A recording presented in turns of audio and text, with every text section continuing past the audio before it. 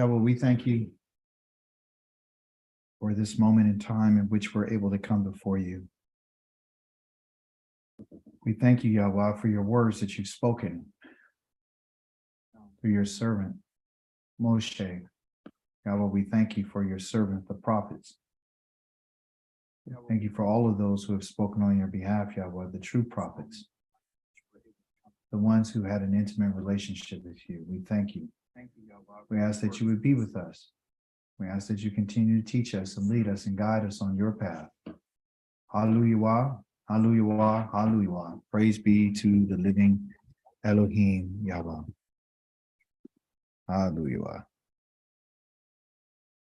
Hope all is well for everyone. Let's get started. I have a lot of information to cover because I want us to go in a different direction on Shabbat. Not so different, but I want to turn up the volume.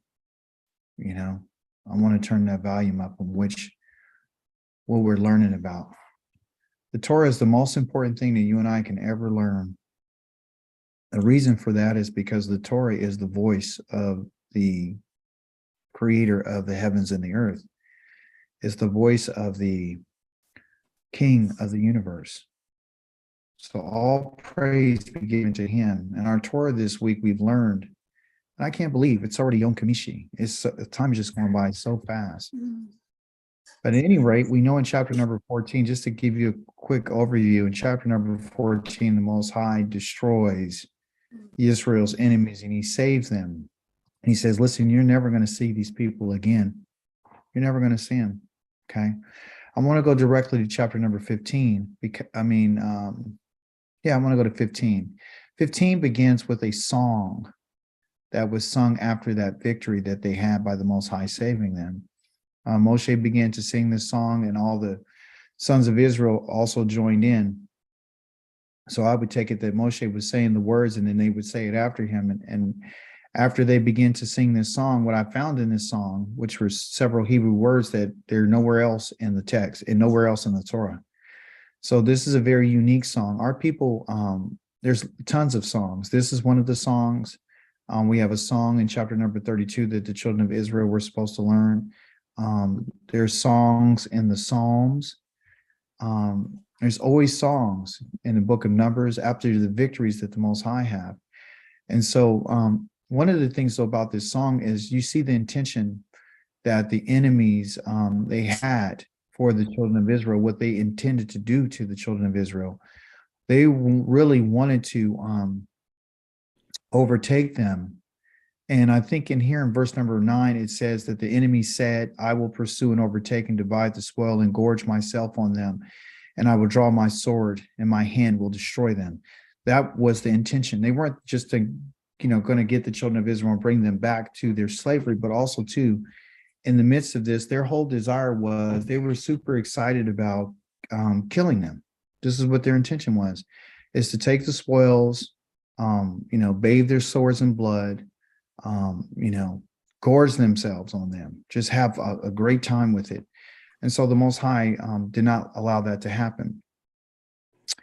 There was something that I wanted you to see in chapter number 15, which opens us up to this understanding that he wants us to see about why the Most High led them to the place that he led them. So I'm going to start right here in verse number 22. It says, Moshe led Israel onward from the Sea of Suf, which is called the Red Sea, and they went out into the Shur Desert, which is the desert of the ox. But after traveling 3 days in the desert, they found no water. And so they arrived at Marah, but they couldn't drink the water there because it was bitter. This is why they called it Marah, which is bitterness. Okay. We get a lot of words from Marah that are in the text in the scripture. One of them is Miraim. Okay, her name, there's a Mem, a Resh, and of course, they don't have it right here, but it has to do with bitterness. Okay, even though she was a prophetess, she has some bitterness about her that they show us in Numbers. But also too, this bitterness right here has to do with rebellion. is the actual name for rebellion. Why does this pen act this way? Can I depend on you today? Rebellion. Okay. This is what this has to do with. The reason why the Most High led them to this place right here called Mara is because of their rebellion. Okay. And he's communicating. Yah generally communicates with us in ways that are beyond sometimes words. He would actually lead us to certain places in order to show us something. We don't only learn by that which we read or what we hear, but also we learn by the things that we see and the things that we experience.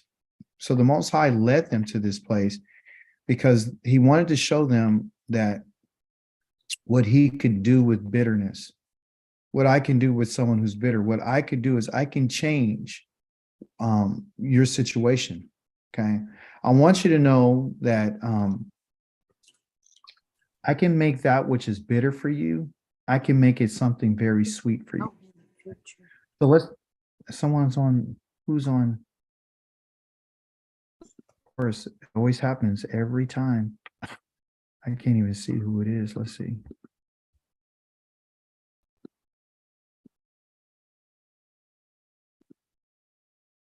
I'll do this real quick. Forgive me, everyone.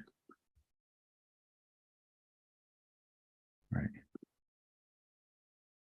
Okay, thank you. All right, so,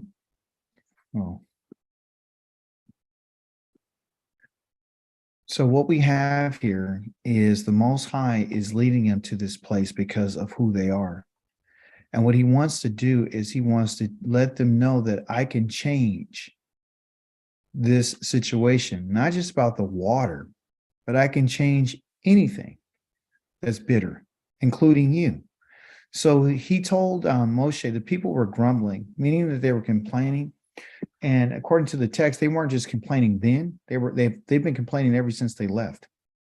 We don't hear about it, okay? But this is immediately after this great wonder that the Most High did by leading the children of Israel through the Red Sea, which was thousands of feet of water on both sides of them. He's really done something he's never done before, okay? And of course, he kills their enemies in the water. You know, of course, they killed Israel's people inside of the Nile River, and now he kills them, a great deal of their army inside of the Red Sea. But these people have been complaining and they've been grumbling, okay? This grumbling here is complaining. They ask the question, what are we to drink? Because these waters right here are bitter, okay? And so the Most High has had this designation for them because he wanted to say something to them. So Moshe cried to Yahweh, and Yahweh showed him a certain piece of wood, which when he threw this wood into the water, it made the water taste good. This is not a real good translation because it's not really what is tasting good. It's really about sweetness. The Most High turned it from a bitterness to a sweetness. He didn't just make it taste good. He made it from bitter to sweet. And that's what he's trying to get us to see, that my goal is to take a rebel, okay, and give you the opportunity to change your mindset.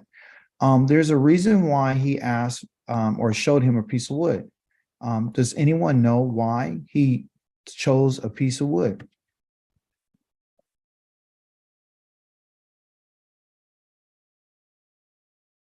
Well, you probably wouldn't know it, but the name of this is called an eitz. Okay. And an eitz is meaning wood. Okay.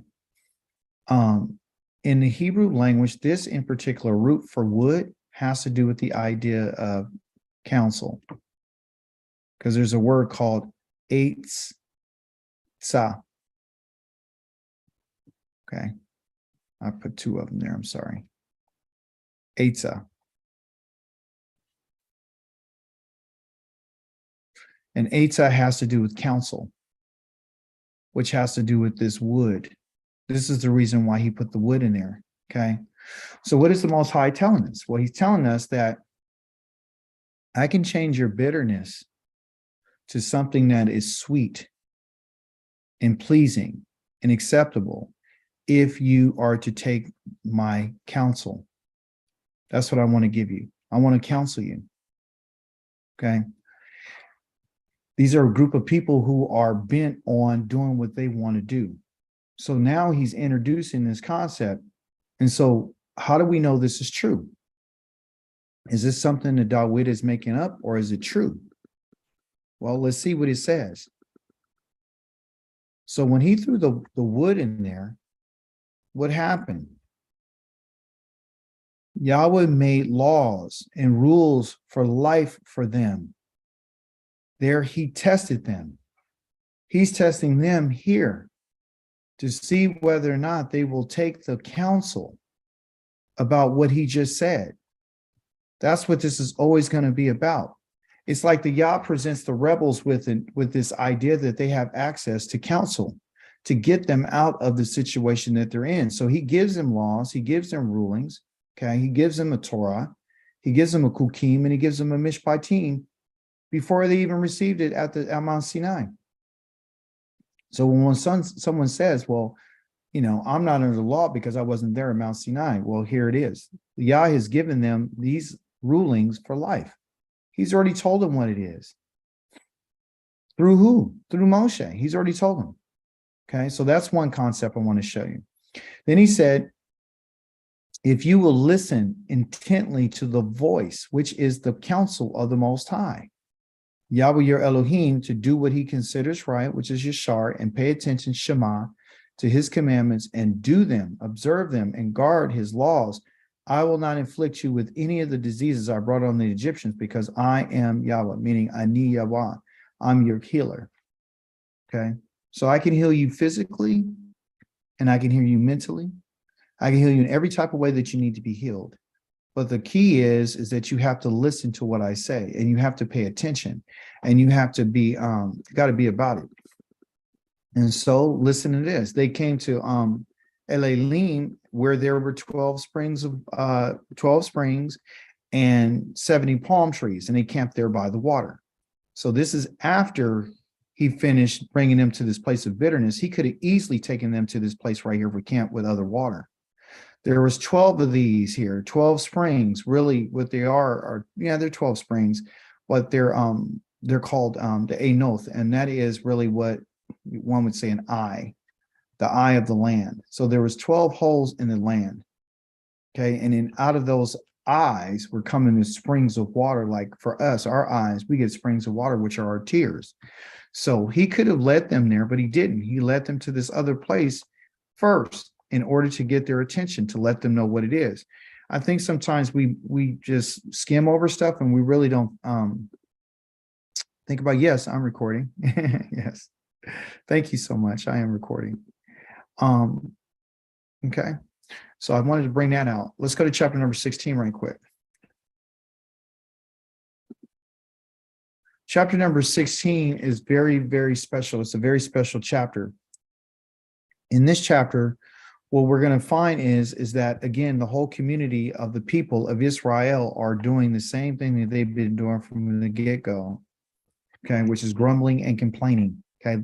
And that word for complain in Hebrew is called lin, but it means to lodge. That means they're sleeping on it. They're sleeping on this. They're waking up. They're going to bed with this on their mind, and they're waking up with it on their mind. They're going through all their day with it. Okay. So these things are not new. All right. So you got to keep this in mind, that this is what they do. All right. And that's what a rebel does. A rebel's consistently lodging and sleeping and thinking about, how they're going to rebel and how can they get out of the situation they're in? Because again, the children of Israel, they're a bunch of rebels. They don't want to leave. They didn't want to go. They feel like they're being forced. Okay. They're happy that they got the oppression off of them, but they're not happy about what their life is, becoming, what's the changes of it. So the whole community is complaining against Moshe and Aaron, and the people, Israel said to them, we wish that Yahweh had used his own hand to kill us off in Egypt. Okay. This is what they're talking about. This is what's they've been thinking about. They said it would be better for Yah to have killed us. We would rather die in Egypt, because at least at that, we used to sit around pots full of meat boiling, as much as food as we wanted, but you have taken us into this desert, right, to starve us to death. So again, going back from earlier teachings this week, we found out that this is where Yah is going to deal with them in the desert. And they keep like prophesying on themselves or predicting their death. They would rather die. Listen to me. They would rather die than to do what Yah wants them to do. See, people want to be set free, but they want that without any restrictions, and they don't want anyone to tell them what to do. And that's what we're seeing. So here, Yahweh said to Moshe, here, I will cause bread to rain down from heaven for you. The people are to go out and to gather a day's ration every day. By this, I will test whether they will observe my Torah or not. Now, what's important for us to understand is that the bread is going to satisfy the need, right? Which is the manna. It's going to satisfy the need. But the bread and the manna is being used as the delivery system for the test. Okay. What he wants to know is whether or not they're going to keep the Torah. Okay. The children of Israel ate bread that came down from heaven, which we find in chapter number 78 of the book of Psalms, that he says this bread is bread that even the Malachim eat. It's a divine bread. I'm going to use this bread to find out whether or not you're going to do what I tell you to do. I'm here to tell you tonight that if an individual is not going and picking up the bread of life every single day, okay, on 6 days a week and a double portion on the 6th day, that person is not going to do the Torah. Listen what I'm about to tell you.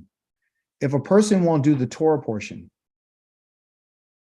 and it makes sense, if they're not doing the Torah portion, that means that they won't obey the Torah. Because there's no way that they can listen. They're not listening to what he says. So Yah is using this as a test. This is the same test. This is not written for their benefit. He didn't write this for their benefit. He wrote it for our benefit. Yah is speaking to us and telling us, if you don't go get this Torah, if you don't go pick this bread up every single day, right, which is your Torah portion, Yah is feeding us through the Torah. He said, man shall not live by bread alone, but every word that proceeds out of the mouth of Yah, everything that comes out of his mouth. This is the word in which Yah has done. This is what he's after, to find out whether or not you're going to do it. And so the test that's for our people today, and for anybody else who wants to do this, is to find out whether or not they're going to do this. Okay?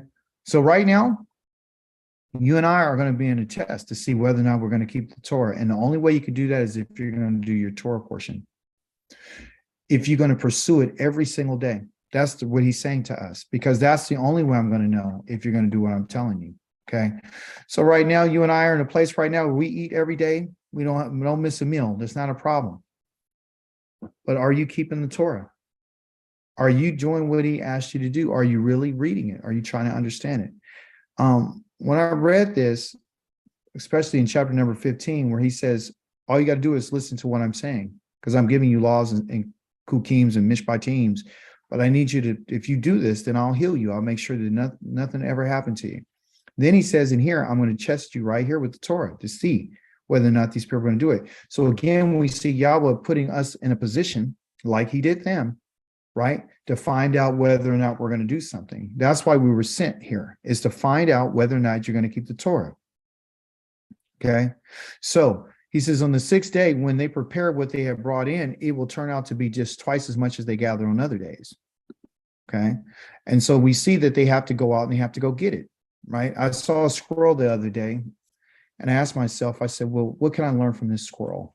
Well, what I did see is that the squirrel, and it's the same squirrel I see all the time, but this day I looked at him a little differently. I'm like, okay, well, what is he doing? Every single day, this squirrel has a pattern. He runs across the fence. He goes up the palm tree. He comes down. He comes, he gets what he needs to get. He's always, he's always on alert. He's always doing something. And then I started looking at other things like the birds. What do? They have patterns. They follow their patterns. They go down, they're eating the little seeds they can get on the ground. And so why am I mentioning this? Well, everything in the earth has a purpose. And everything is in search of what they need every single day. And Yah provides for them every single day, but they got to go out and get it. And that's what he's telling us. We may not be the squirrel that's looking for a nut. We might not be the bird that's looking for a seed. But what we should have is the same mindset, which is we need to pursue and chase after that which belongs to us. So the very thing that the Most High gave us, like he gave them, is he's given us the Torah. This is how we're fed. Because by it, he said, you'll be able to live. See, so we've been focused on our stomachs, but we haven't been focused on our minds. This is where it needs to be. This should be the hunger. This should be the desire. So we have to chase, and we have to do what he's asked us to do. And he's given us a pattern to show us the way it's supposed to be. And that's the reason why this coming Shabbat, I'm going to introduce you to, we're going over every last one of the laws. That's what we're doing. We're going over the Torah. We're going over Mishpatim. We're going over Kukim, and we can't get it in on one Shabbat. But I believe that the Most High is directing us this way. You know, learn your Torah portion during the week, right? And at the end of the week, you got that double portion on that in particular Shabbat. I want you to start going over the Torah. I want you to start teaching the people what I said, because if they're not hearing my voice and they're not listening to what I'm saying, it's going to be disastrous. It's a matter of life or death for us, to be honest with you. Okay. So let me finish up with this, and then I'll show you what I'm talking about. Because exactly what's going on with them is exactly what's going to happen to us. And I'm about to show that to you. So on the sixth day, he gives us the pattern like, okay, I'm going to test you. You need to pick this up every single day. And then I'm going to establish the Torah, you know, I'm going to establish the Shabbat with you. By this test, I'm going to find out whether or not you're going to do what I'm telling you. Okay. So the Shabbat is a big deal. It's a big part of this test. The Shabbat is a big part of this test because that's the purpose. See, if you're hungry and you're crying because they're grumbling, complaining about food in this in particular situation, chapter number 15, they're complaining about water. Okay. Chapter number 16, they're complaining about food. Okay. Chapter number 17, they're complaining about water. They're complaining about the things that they need in order for them to survive. And they keep saying the same thing over and over again. It would have been better for us to die. So now that Yah is doing this, and he's establishing this Torah, and he's establishing the Shabbat for them, he's outlining the way it's supposed to be. Here, is there any offering mentioned? Is there any sacrifice that needs to happen in order for a person to keep the Torah? No. No. So those who say, well, we need a sacrifice to keep the Torah, they don't understand the Torah. The Torah is essential for our life. But remember, these people are grumbling and complaining all the time, okay? And then to make a long story short, they saw the glory of Yahweh, okay? That's what they saw in chapter number 16. But I want to get to Ezekiel because I only have a certain amount of time. I want to show you what the glory of Yah looks like. Okay, I want to explain it to you as much as I possibly can.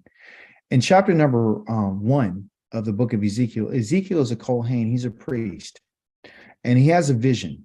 Okay, he didn't have a dream, he had a vision. And in this vision, he saw 4 different creatures. Okay, and he describes these creatures during this week or later on tomorrow or the next day or even during the Shabbat. You should go and read this chapter, and it gives you a description of what these creatures look like. Okay, but for the sake of time, I'm not going to discuss that right now. All I want to show you is what the Creator looks like, okay, and what he saw in the vision, what Ezekiel saw. So let's begin in verse number 25. Okay, he says, whenever there was a sound from above the dome, he's talking about this dome that he has his vision about, which looks like ice. He says, over their heads, they stopped and they lowered the wings. Okay.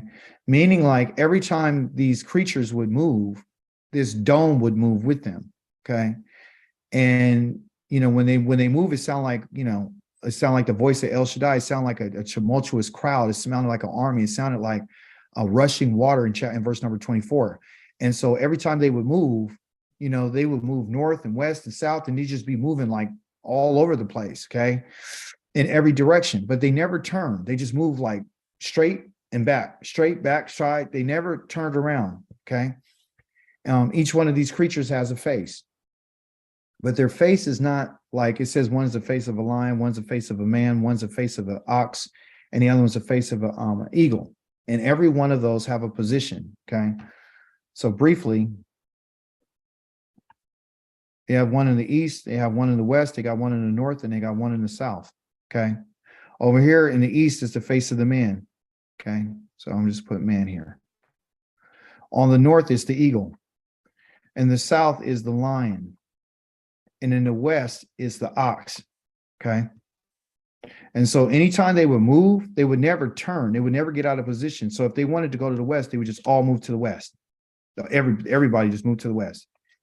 Okay, just like a hummingbird, how they just, how they move, they just aerial, they just, you don't never see them literally turn. That's what it's like. So it's giving us a description of this because we need to see what the Most High looks like and who we're dealing with. Okay, so verse number 26 says, above the dome and over their heads was something like a throne. Okay, there was a throne over their head. So every time they moved, there was a throne, and it looked like sapphire. Okay, this dome right here is called the rakia. Just like we have a rakia that separates the heavens from the waters from the heavens, there's a dome that looks like ice. It's over these creatures' head. Okay, and they got their wings, and when they put their wings down, they don't move. When they put their wings up, then they move. But there's a throne that looked like sapphire. Okay, like sapphire, and on it and above it is what it appeared to be a person. Okay. And it, meaning like it looks like a human. That's what it looks like, a human. Okay. It says, and what I saw, it looked like gleaming amber color fire radiating from what appeared to be his waist upward. Okay. And downward from what appeared to be his waist. See, he has this idea that it's like a human, but it's not. And he appeared to be his waist. I saw what looked like fire. Okay. So above the waist, it was this amber color fire that was radiating, right, from the waist upward. Okay. And downward, what appeared to be his waist, I saw something that looked like fire giving a brilliant light all around him. The brilliance all around him looked like a rainbow in the cloud on a rainy day. Okay. So that's the radiance. And this is how the appearance of the glory of Yahweh looked. So now he's associating this vision to what he thought was a human being that was sitting on his throne, which tells us that these creatures, whenever they move to the east, or the west, the south, and they never turn. So what we understand from this is that Yah's throne moves wherever he goes, it goes wherever he wants it to go. Okay. And there's more of a description about how that works. Okay. The apparatus in which they're using. He says, when I saw it, I fell on my face, and I heard the voice of someone speaking. Now we're going to hear this voice. Okay. Now, of course, this is the glory that the children of Israel saw when they were in the wilderness. This is not the first time Yah has revealed his glory. Okay, so when they were complaining, I think I should go back to it in order to be fair to us in our understanding. Right here.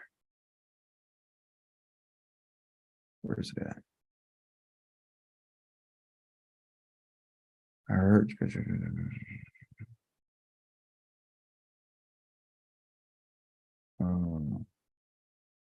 is it at? Where you came in his glory? When he grumbled against us, and read in the million, and the whole community come down, there was spoken to a community, and he looked. Oh, here it is, verse number 10. As Aaron spoke to the whole community because they were complaining, they looked toward the desert, and there before them the glory of Yahweh appeared in the cloud. So it was that brilliance of that rainbow.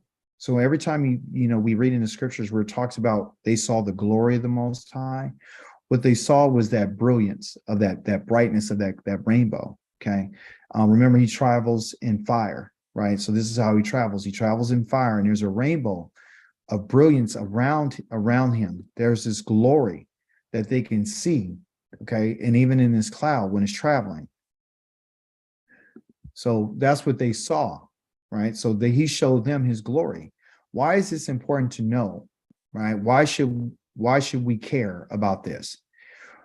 The reason why we should care about this is because the Most High is very, very angry with his people. And the reason why he's angry is because he showed them his glory. See, even after they saw him kill the firstborn, after they saw all the signs in Egypt, after he opened up the Red Sea, after he fed them, you know what they kept doing? They kept complaining and they kept grumbling against him. They saw his power, they saw his might, they saw his wonders, they saw his glory. And that's one of the reasons why he hasn't killed us, because he's revealed himself to us, okay? So in Ezekiel chapter number 2, and this wasn't part of our Haftarah, which I found to be interesting, because now I'm seeing a direct correlation between Ezekiel and Exodus, okay? And I'm going to show it to you. This is what he said. And you tell me when you see it, okay? He said to me, remember, he said he saw this glory, and then he bowed down. He saw the glory, and then he bowed down.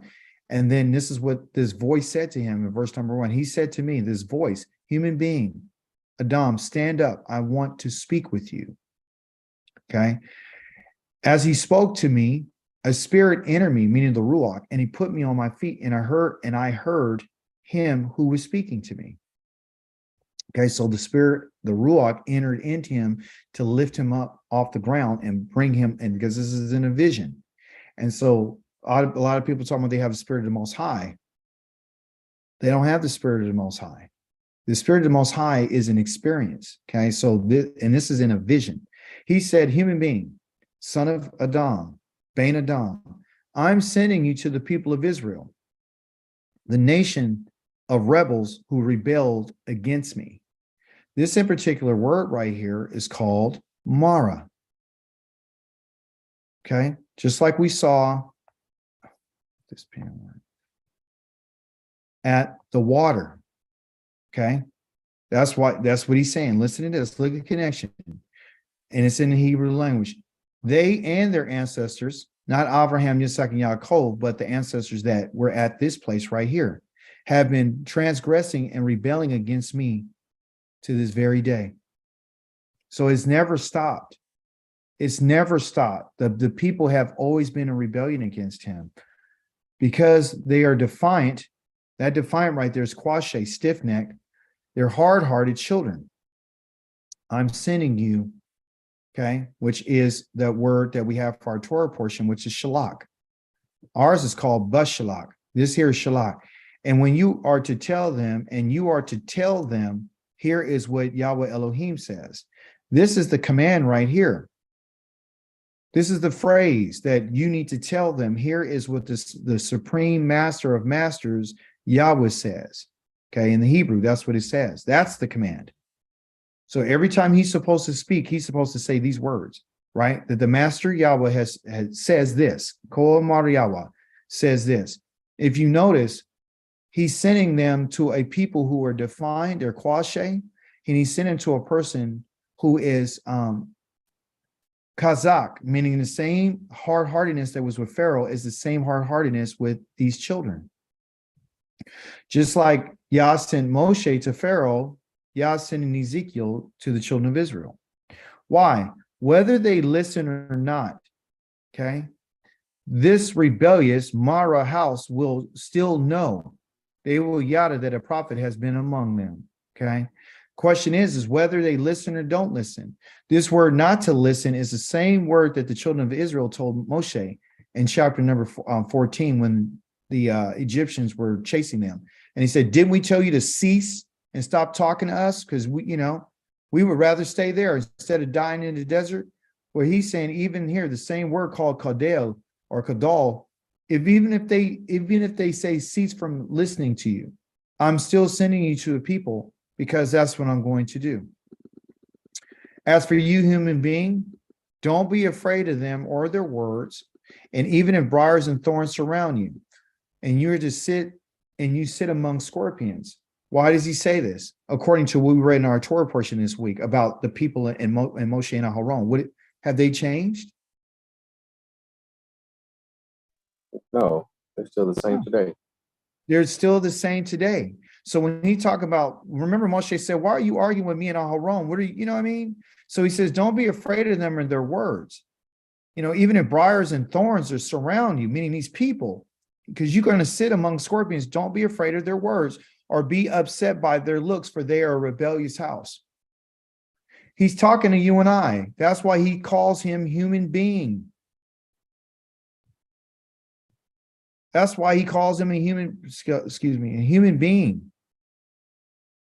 Because he knows that this house, these people that we're dealing with, are going to be rebellious. Don't be afraid of their words, because this is how they're going to try to get you. Don't trip off of their looks, because they're going to look at you crazy. Okay? Because their whole entire house is rebellious. Ezekiel was in exile. So he's addressing the whole house of Israel, the people of Israel. Who is the people of Israel? The people right now. He wasn't sending this letter to them. It was for us. Okay? And Yah's letting us know what it is. Now listen to this.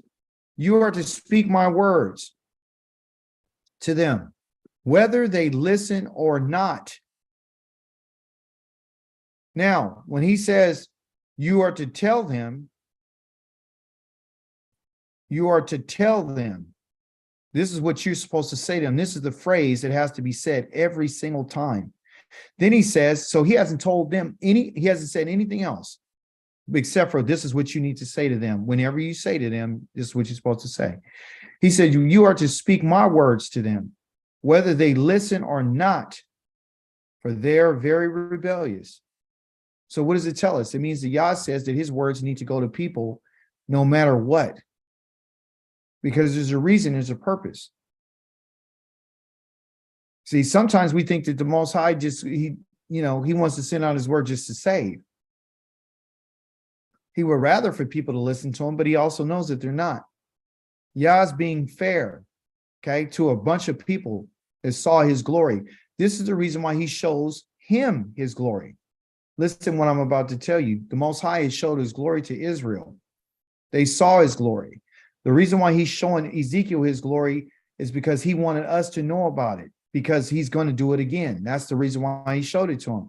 That's the reason, that's the whole purpose of the vision, is to let him know he's describing what he saw. He's showing us the Most High sitting on the throne. He's showing us these creatures that are going everywhere around the whole entire world. Then he says, but you, human being, hear what I'm telling you. You. Don't you be rebellious like that rebellious house. That's the instruction.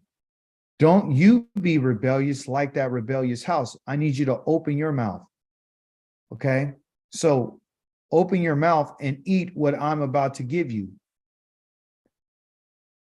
In our Torah portion, what did he tell them to open their mouth and eat?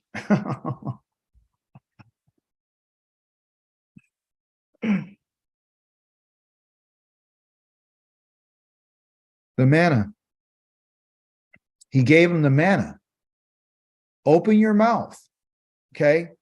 And he said, and put this in your mouth and eat it. And when I looked, there was a hand that was stretched out to me holding a scroll. So he's about to eat a scroll called a megillus, okay?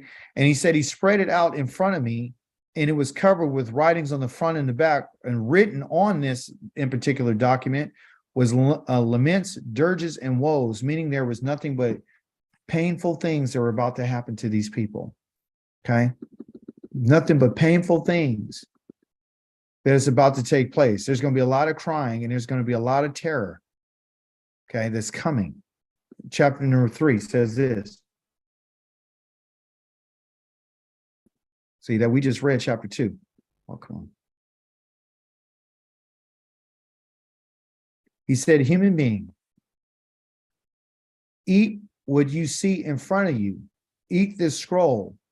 Then you will go and speak to the whole house of Israel. Okay? So I opened my mouth. He gave me the scroll to eat. And he said, human being, eat this scroll I'm giving you. Fill your insides with it. When I ate it, it tasted like sweet as honey. Okay. The same word here for sweet is the same word that he changed the waters in Mara, and he made those waters sweet. Okay. So Yah gave the children of Israel manna to eat because what he was trying to do is to see whether or not they would listen to his words so he can change the bitterness, which is their rebellion. Okay. So when he gave Ezekiel this in particular scroll to eat, he says, don't be like them, which is the command to us as a human being. Don't be like the rebellious house. Open your mouth. Open your mouth and let me put the Torah in your mouth. Because when I put the Torah in your mouth, I'm going to change that which is bitter and rebellious about you, and I'm going to turn around and I'm going to put some sweetness in you. That's my goal. That's what I have to do. The waters that they were at, everyone, was very stagnant.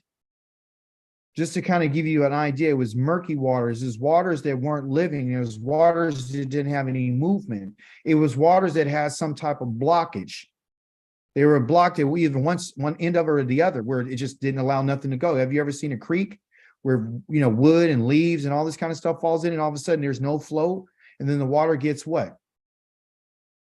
What happens to the water? What does it smell like? It stinks. It stinks. It's horrible. So Yah has shown us, like, when this happens, when I see my people and they're not moving, remember what he told us? Move forward. Earlier this week, I want you to move forward. I need you to consistently be moving forward. If you're not moving forward, you are stagnant. When you're stagnant, that means that you are a rebel. That's what he's telling us. The Torah for us is active and it's living. So we can't look at it like, well, these are just words. No, it's not. Those words are supposed to put a change in us, and it's supposed to help us develop into the people that he wants us to be.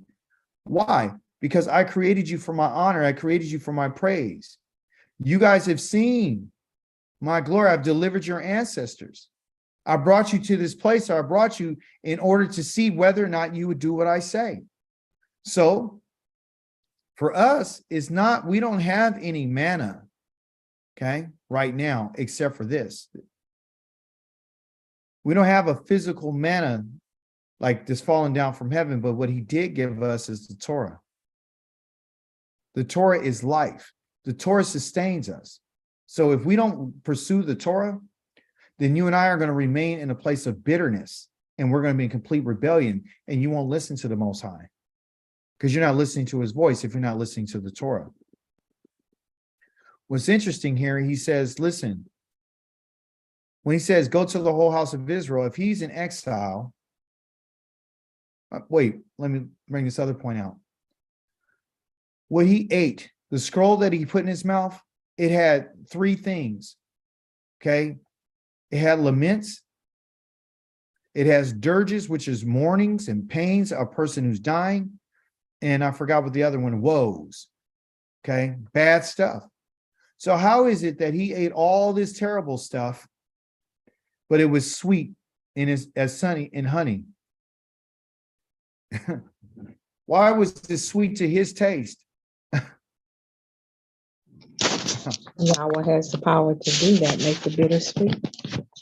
He has the power to make the bitter sweet, but what I'm going to say to you is this. When you and I are going to give, listen what I'm about to tell you.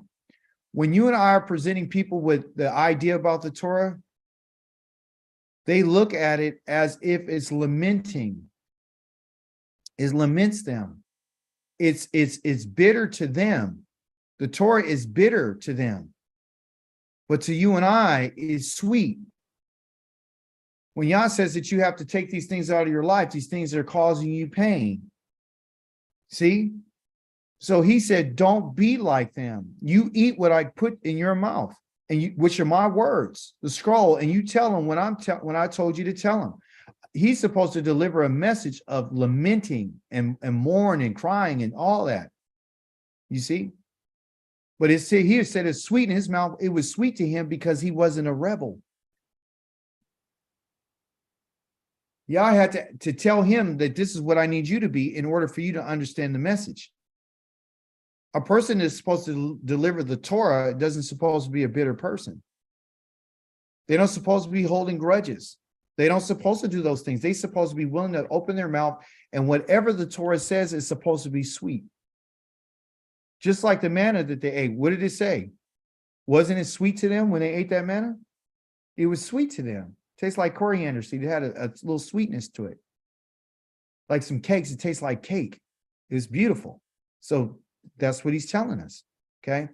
So what he's let us know is that, look, I'm going to do this for you before I come. The glory of Yahweh is a representation about what's coming. That's why he's telling him to tell the whole entire house of Israel, because he was just with the people in Babylon. He wasn't with the whole entire house of Israel. Okay. Everybody was already scattered. So how was he supposed to deliver this message to everybody? You see? So tell the people what I said.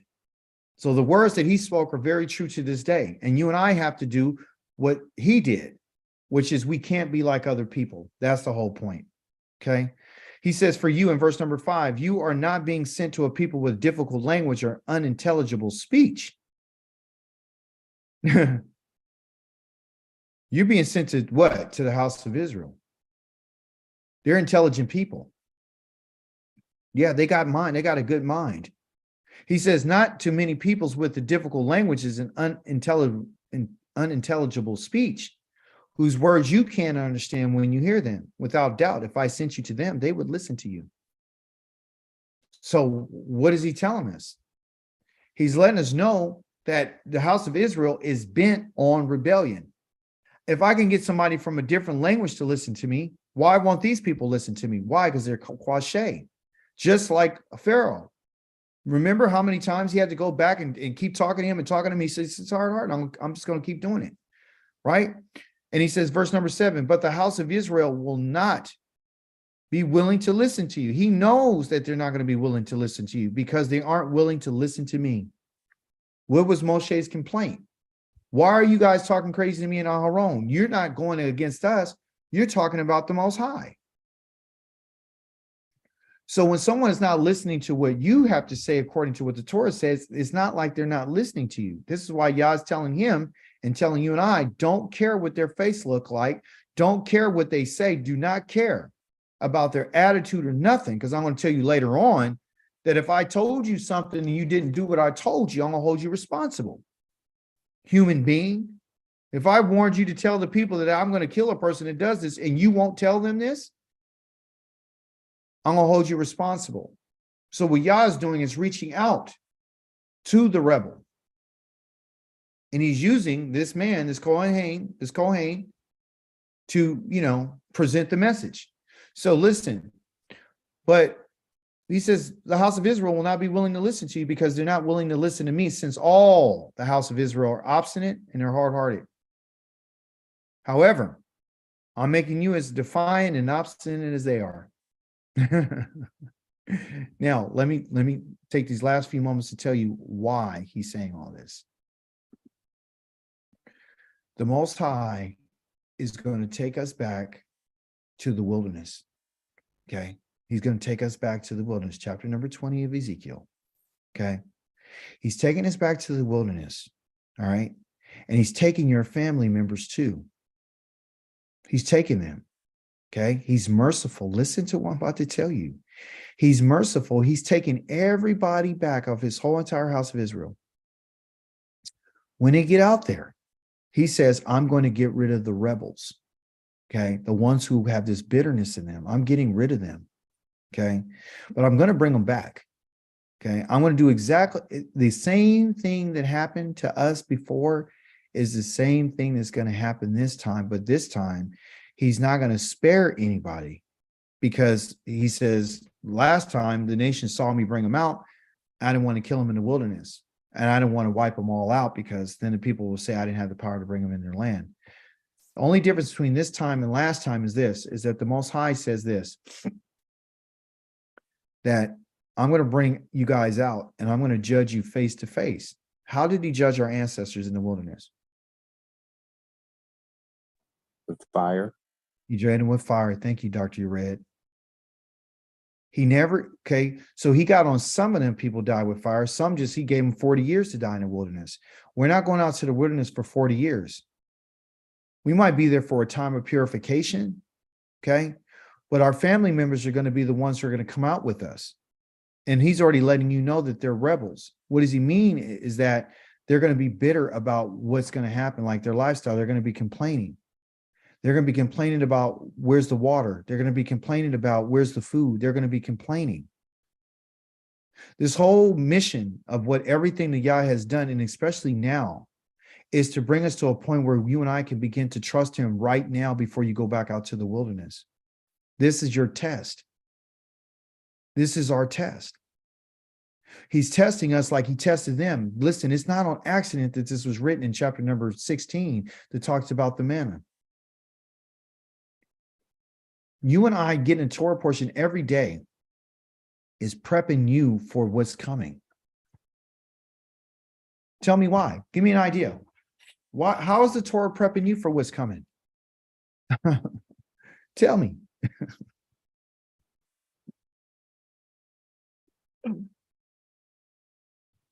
Could it be? Go ahead. Go ahead, call to Pam. Oh, I was gonna say, because the Torah teaches us what he expects of us. So if we go into the wilderness knowing we will already trust him. And so when we get there, that'll be for our benefit. It'd be for your benefit and our benefit, right? So we'll know, like if we ever came to somebody, if we ever came to a place where there was no water, instead of us doing what they did, we would already know, okay, well, this is what they did before. Don't do that. Because that's putting you out to the test. Don't do that. We would know that we were not able to light a fire on the Shabbat. But the people that are not following the Torah will go out and they will be what they would call presumptuous and do it anyway. Yah is merciful. That's what I'm trying to tell you. He's merciful. So he says, I'm bringing the rebels out too. He's bringing them out to the wilderness.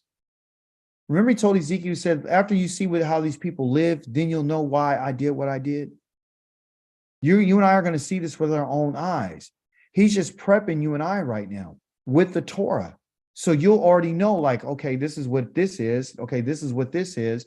Okay, we know not if someone gave us a response, you and I would, or gave us a command, you and I would know, well, we need to follow that. If y'all picked out leaders, you and I wouldn't go against them. We wouldn't go against them because we already know what the Torah says about that. The children that are out there, they're talking crazy to their parents, they're not going to make it. Because Yah's not going to put up with this anymore. That's what he's saying. He didn't send us here just so he can find out whether or not you're going to serve other gods. He sent us here to prep us and to see whether or not you and I are going to be willing, like he asked them, are you going to follow what I said? That's why. That's why I'm bent on going to the Torah. Because it's time for us to prep for that in particular moment. That's what we need to do. That's why we're going to go over the Torah. We're going to be on all of it. Okay. And I don't care if we can memorize it, don't have to memorize it. If we need to understand what he's saying. Because that's the call. That's what it is. Because he said, if you listen to my voice, I'll heal you. If you listen to my voice, I'll do this. So Yah wants complete dependency on him. So if we're not dependent on him now, listen to what I'm telling you. If you're not dependent on him now and you playing games, you can't change that behavior. Listen, you can't. Ain't nobody, it's not, when you get out to the wilderness, it ain't gonna be like all of a sudden everybody's gonna be, okay, here's the point. When the children of Israel went through the Red Sea, did that stop them from complaining? Nope. When he fed them manna, did that stop them from complaining? No. Did it stop them from pushing him and testing him? Nope. So what we understand is that signs, it could be a miraculous sign, even opening up the ocean, and you can walk through on dry ground, And that still won't change who you are. Yah's not giving us signs to fascinate us and so we can be like, oh, like that's going to change or have an impact on us. What he's telling us is that what I do is to point you. That's what a sign is. Like when you're on a road, you got to have a sign to tell you where to go. Remember, I told you what a sign is. Somebody tell me, what's the sign? Direct object marker. Yes, it's an ox that's going on his way to the destination. This is an aleph. And this is the tav. The tav. That's what this is. Everything in between, which you and I would know is the language. Which tells us if you have a language, you have words. And someone had to speak these words. Do you hear what he's saying? The shepherd staff is the one that's leading the ox, like he used for Moshe to lead the children of Israel to their destination. That's what an aleph and a tav is, which is a sign. That's what a sign is. The actual word is called an oath, which has an aleph and the tav in it. That's how he's directing us to our destination. So the first place that you and I are going is to the wilderness. When Yah took the children of Israel out of Mitzrayim, it wasn't to go directly into the land. He brought them to the wilderness on purpose. Why? Why? For the test. I got to test you. I got to test you. I got to find out what you're made of. So there might be some people in our family that come out to the wilderness. Check this out. Right. And check this out. If they would humble themselves, and then all of a sudden the Most High calls your name out and said, okay, we're you the leader of your family. Think about what I'm saying to you. When the children of Israel came out, Yah called those leaders out by their names. He calling families out, like you guys are going to lead this part of the family. Yah's merciful. And even though the people that he died, that he killed the firstborn for, they were all rebels. Think about that. The people that saw the glory of the Most High and he fed them were rebels. And there was just one or two like Caleb and Joshua and Moshe and Aharon, Miriam, who made mistakes. These people weren't perfect. So this fantasy that everything and everybody's going to be perfect that's not true. Okay. So this in particular time is for us to get to our destination, which is the path. Yah has got us on a path. What's up with this pen? You understand what I'm saying to you? Somebody drew on my deal, did they? No, they didn't. Okay. Do you understand? It's a path. It's called the direct of Yah. So that's where we're going to be on. So Most High is letting me know, like, okay, you're teaching it, right? You guys are getting a narrative. You're finding out how you know that who these people are. You know, are a bunch of rebels, and you know what's going on. But why are they rebels? Huh? They're rebels because they won't listen to the Torah. So the way the Yah tests to find out if a person's a rebel is by the Torah. So this is the reason why I'm mandated to teach the Torah. Because Yah wants to see out of all of us, which one of them is a rebel. He wants to show you before you get there that whether or not you wanted to do what he said or whether or not you didn't want to. Somebody tell me, how often did he tell us to teach the Torah? Every day. Every single day. When you get up and when you go down, you better have the Torah. And there's a reason for that. Because Yah knows the way that we're designed. He knows what kind of people we are. He said, I've been watching these people. They're quashe. They're stiff-necked people. So Yah's chosen the people that are stiff-necked. And the only way that he can soften that neck up, okay, is through the staff. He has to put that staff on. He has to train us. So I don't want anybody to think I'm being too hard on us. And I want you to take it personal. I'm telling you right now that you and I have what they call a propensity. It's in our DNA. You hear what I said? It's in our DNA to be these type of people. Okay. But there's these little glimmers of hope in our families that we need to, okay. So we need to be sharp, right? And we need to be ready and prepared. We have to be educated. That's what it is. With no more time for religion, it's time to be educated. The only thing he wants us to be educated about in his sphere, the one who's sitting on the throne of like that looks like sapphire, and from his waist down is nothing but fire, and that which is up looks like amber, brilliance of amber and fire. Who are we dealing with?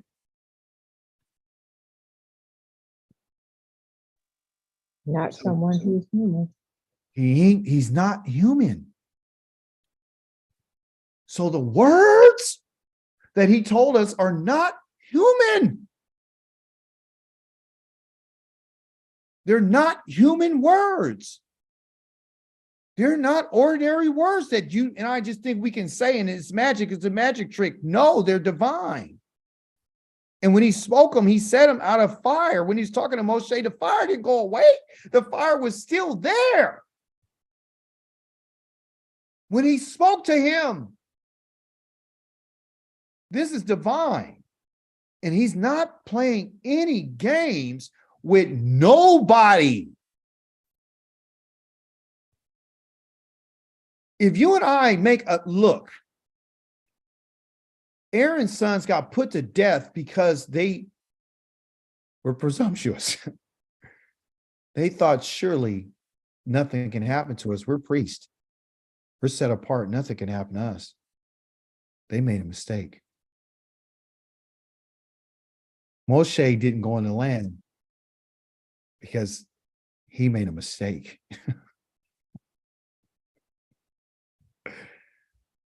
You really believe that you and I can make a mistake in that case, on like, there's certain mistakes you can make when it comes to things between you and I. But when you're approaching him, right? Well, I'm not a Levite. I'm not a Kohanim. I have nothing to worry about. You do have something to worry about. There are certain things that Yah expects, and there's demands. And if you're not willing to do those demands, you're in the wrong house. He's not letting it go. He ain't letting nobody go. It's going to be measure for measure. That's what he's telling us. So prepare for Shabbat. Get your mind ready, because this is serious. This is serious. It's not a game for us. We're not doing this because we're trying to, be Jewish. No, we're not being Jewish. We're going to learn what we need to learn so you and I will get whatever rebellion, whatever it is in us that has some little part of us that has some reluctancy in any kind of way. We're going to remove that. And we're going to prepare our hearts for the Most High, because you and I are going to see.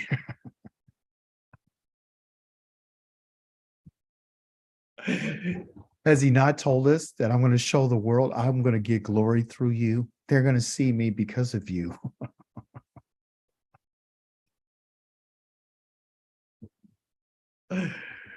And I honestly believe you and I are going to see it. I do. I do. Praise be to Yahweh. Shalom to you. Laila Tov.